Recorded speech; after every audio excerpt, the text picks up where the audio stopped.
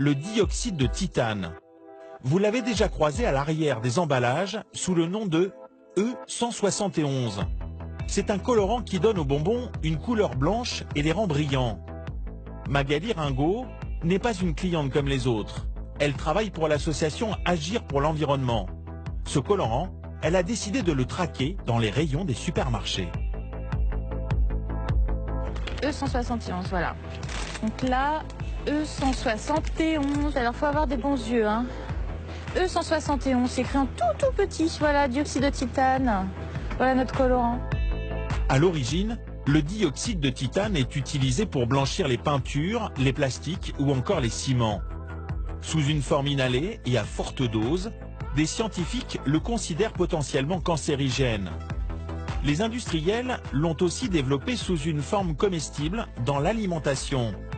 Ils s'en servent un peu partout, dans les plats cuisinés, les gâteaux, mais là où on en trouve le plus, c'est surtout dans les bonbons.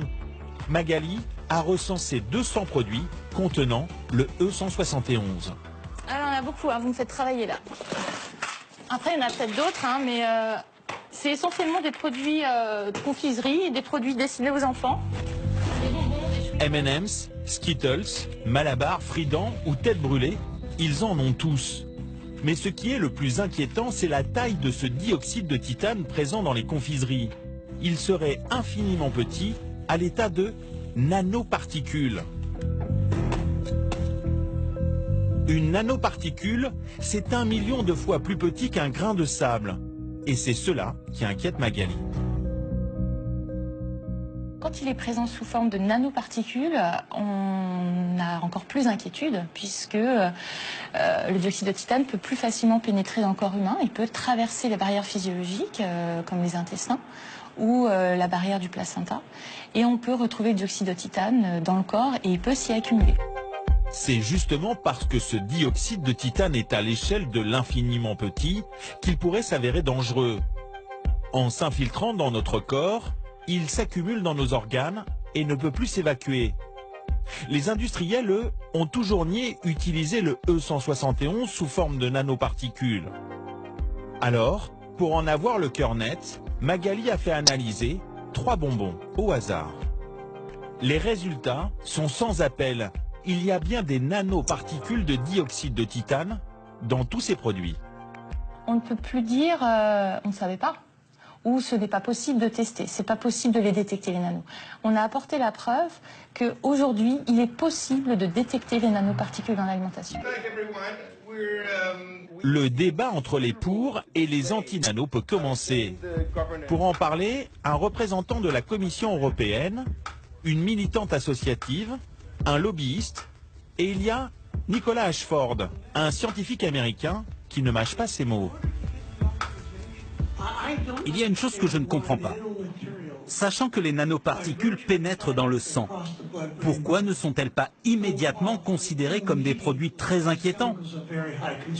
C'est aussi simple que ça. Il estime que la Commission européenne devrait interdire les nanoparticules et faire valoir le principe de précaution. Il va s'en prendre directement aux représentants de la Commission. Laisseriez-vous votre propre fille être exposée à des grandes bouffées de nanoparticules ou ingérer des nanoparticules? Si la réponse est non, alors vous n'avez pas le droit d'exposer les enfants des autres. Cette dernière intervention laisse un froid. Le responsable de la Commission européenne préfère botter en touche. Mais à la fin de la conférence, il va se laisser aller à une petite confidence à l'oreille du scientifique américain. Vous avez vu, je ne vous ai pas posé directement la question sur votre fille. Pour les nanoparticules, ma réponse aurait été évidemment non. Sa réponse sonne comme un aveu. Même ce fonctionnaire européen semble craindre les effets des nanoparticules sur le corps humain. Alors, pourquoi les industriels s'obstinent-ils à mettre du dioxyde de titane dans les bonbons? Retour chez Lutti. Il y a 1 an, la marque a retiré le E171 et sur certains bonbons, ça se voit. Vous avez ici le bonbon qui était fabriqué il y a un peu plus d'1 an, où on voit une bande blanche très fine mais très marquée, très opaque, qui était réalisé en mettant du dioxyde de titane. À gauche de l'image, le même bonbon sans dioxyde de titane, les bandes blanches ont pratiquement disparu.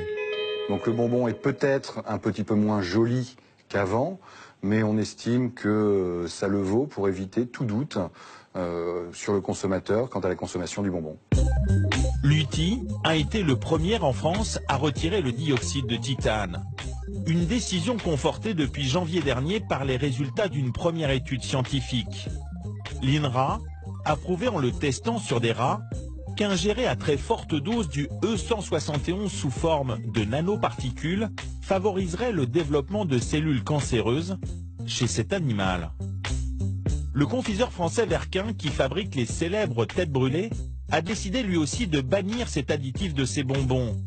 Quant au groupe américain Mars, à qui appartient les M&M's et les Skittles, il s'est engagé à retirer le dioxyde de titane d'ici à 5 ans.